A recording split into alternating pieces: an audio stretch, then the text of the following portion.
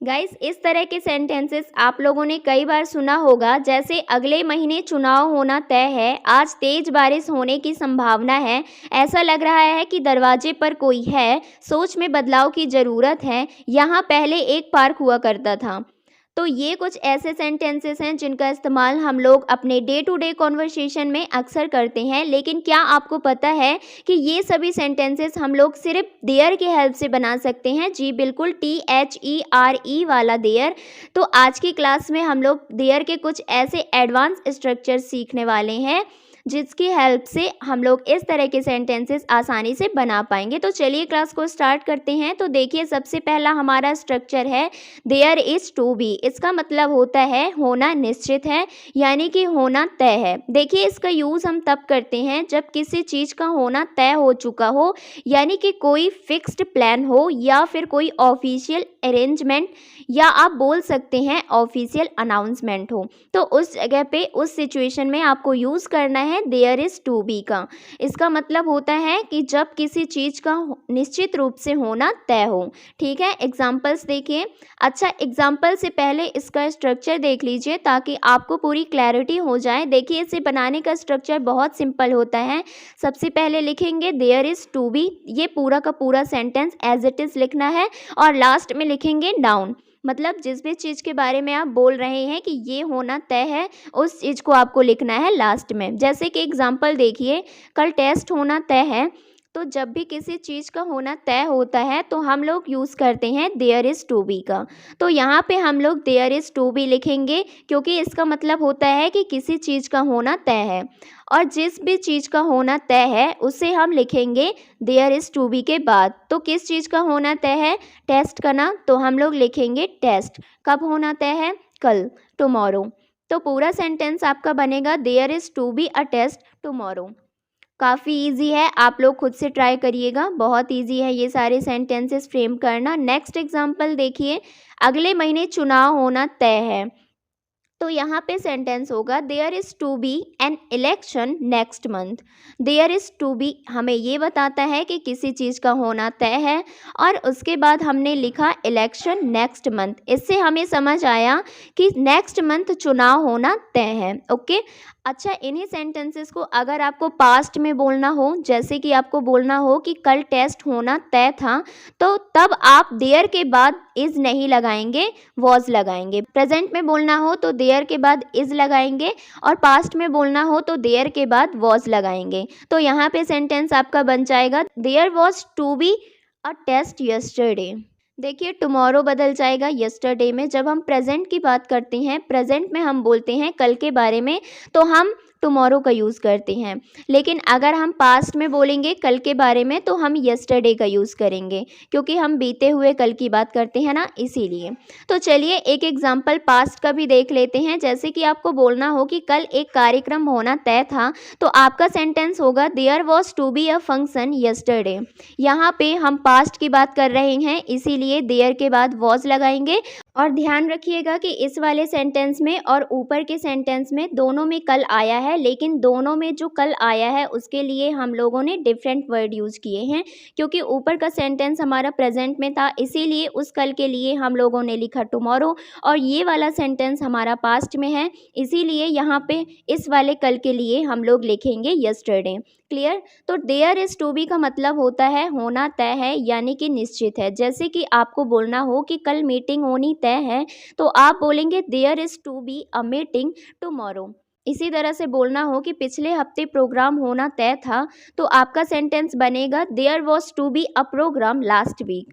तो there is to be का मतलब होता है किसी चीज़ का होना तय है। देखिए, आप लोग साथ ही साथ याद करते हुए चलेंगे तो ज़्यादा बेटर होगा आपके लिए, क्योंकि बहुत छोटे छोटे से स्ट्रक्चर्स हैं। देयर इज़ टू बी मतलब होना तय है, और जिस चीज़ का होना तय है उसे देयर इज़ टू बी के बाद लिख दीजिए। बहुत सिंपल है। नेक्स्ट देखिए, नेक्स्ट है there is likely to be. इसका मतलब होता है संभावना है।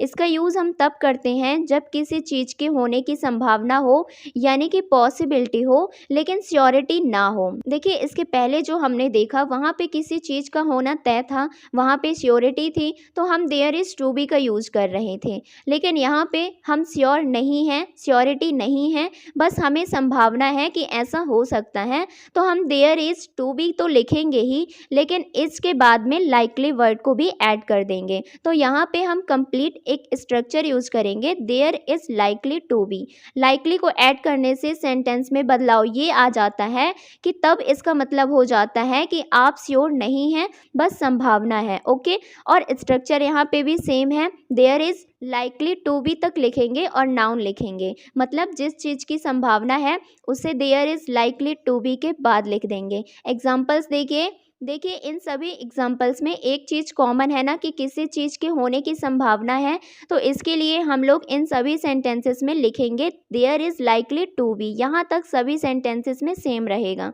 अब देखिए आज बारिश होने की संभावना है, तो क्या होने की संभावना है? बारिश। तो there is likely to be के बाद हम लिखेंगे रेन टुडे। तो सेंटेंस हो गया there is likely to be rain today, आज बारिश होने की संभावना है। इसी तरह से देखिए उस रास्ते पर ट्रैफिक होने की संभावना है, तो रास्ते पर ट्रैफिक होने की संभावना है ना, तो there is likely to be के बाद लिखेंगे ट्रैफिक ऑन दैट रूट। तो सेंटेंस हो गया there is likely to be traffic on that route. Last example देखिए, शेड्यूल में बदलाव होने की संभावना है, तो बदलाव होने की संभावना है शेड्यूल में, तो there is likely to be के बाद लिखेंगे चेंज इन द शेड्यूल। तो सेंटेंस हो गया there is likely to be change in the schedule. अब देखिए ये तो हो गई प्रेजेंट की बात, लेकिन अगर आपको इन्हीं सेंटेंसेस को पास्ट में बनाना होता और अगर आपको बोलना होता कि आज बारिश होने की संभावना थी, तो तब आप इज़ नहीं लगाते, वॉज लगाते देयर के बाद, तो तब आपका सेंटेंस बनता there was likely to be rain today. Similarly अगर आपको ये बोलना होता कि उस रास्ते पर ट्रैफिक होने की संभावना थी, तो आपका सेंटेंस बनता there was likely to be traffic on that route. Schedule में बदलाव होने की संभावना थी, there was likely to be a change in the schedule. तो आप लोग देख पा रहे होंगे कि सेंटेंसेस को बनाना इन स्ट्रक्चर्स की मदद से कितना ही इजी है। बस प्रेजेंट की बात करनी हो तो इज़ लगाएंगे और पास्ट की बात करनी हो तो वॉज लगाएंगे। अगर आप प्रेजेंट में सेंटेंसेस को बनाना सीख जाते हैं इनकी हेल्प से, तो आपके लिए पास्ट में बनाना सेंटेंसेस को कोई बड़ी बात नहीं है, बस इज की जगह पे वॉज लगाना है। अब आगे देखिए नेक्स्ट है देयर यूज्ड टू बी। इसका मतलब होता है पहले हुआ करता था। इसका यूज़ हम वहाँ पे करते हैं जहाँ पे हम ऐसे चीज़ों की बात करते हैं जो पहले हुआ करती थी लेकिन अब नहीं है। स्ट्रक्चर में सबसे पहले आपको लिखना है देयर यूज्ड टू बी, उसके बाद उस चीज़ का नाम लिखना है जिसके बारे में आप बोल रहे हैं कि ये चीज़ पहले हुआ करती थी लेकिन अब नहीं है। एग्जाम्पल देखिए, जैसे आपको बोलना हो कि यहाँ पहले एक पार्क हुआ करता था, तो आपका सेंटेंस होगा there used to be a park hair.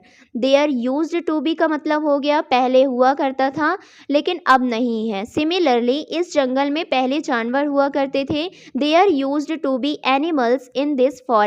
इसी तरह से बोलना हो कि अगर इस गांव में पहले शांति हुआ करती थी, तो आपका सेंटेंस बनेगा there used to be peace in this village. तो देयर यूज्ड टू बी का यूज़ हम वहाँ पे करते हैं जहाँ पे कोई चीज़ पहले हुआ करती थी। ओके, नेक्स्ट देखिए, नेक्स्ट हमारा स्ट्रक्चर है देयर नीड्स टू बी। इसका मतलब होता है कि ज़रूरत है। जब हम ये बोलना चाहते हैं कि किसी चीज़ की ज़रूरत है या ऐसा होना चाहिए, तो तब आपको यूज़ कर लेना है देयर नीड्स टू बी का। ओके, अब यहाँ पे देखिए स्ट्रक्चर आपको थोड़ा सा समझना होगा। देखिए इसका यूज़ हम वहाँ पे करते हैं जहाँ पे हम मानते हैं कि किसी चीज़ की ज़रूरत है। अब वो चीज़ कोई वस्तु भी हो सकती है, कोई व्यक्ति भी हो सकता है, कोई नियम भी हो सकता है, कोई बदलाव भी हो सकता है, या फिर कोई एक्शन भी हो सकता है। एक्शन से मेरा मतलब है कि वर्ब, जो मेन वर्ब आप लोग पढ़ते हैं वो। तो यहाँ पे आपको स्ट्रक्चर में ये ध्यान में रखना है कि सबसे पहले आपको लिखना होगा देयर नीड्स टू बी और उसके बाद नाउन, मतलब जिस भी चीज़ की ज़रूरत है उसका नाम। लेकिन अगर आप बात करते हैं किसी एक्शन की यानी कि किसी क्रिया की ज़रूरत है तो आपको उस एक्शन की आईएनजी फॉर्म ही लिखनी है देयर नीड्स टू बी के बाद, और कोई फॉर्म आप नहीं लिखेंगे, सिर्फ आईएनजी फॉर्म लिखेंगे। बस आपको इतना ध्यान रखना है। जैसे कि एग्जांपल देखिए, यहाँ बिजली की ज़रूरत है तो सबसे पहले लिखेंगे देयर नीड्स टू बी। किसकी ज़रूरत है? बिजली की, तो लिखेंगे इलेक्ट्रिसिटी हेयर। तो कंप्लीट सेंटेंस हो गया there needs to be electricity here. इसी तरह से बोलना हो कि अगर हर गांव में एक डॉक्टर होना चाहिए, मतलब एक डॉक्टर की ज़रूरत है, तो आपका सेंटेंस होगा there needs to be a doctor in every village. Third example देखिए, प्रवेश द्वार पर जांच की ज़रूरत है, तो यहाँ पे आपका सेंटेंस होगा there needs to be checking at the entrance.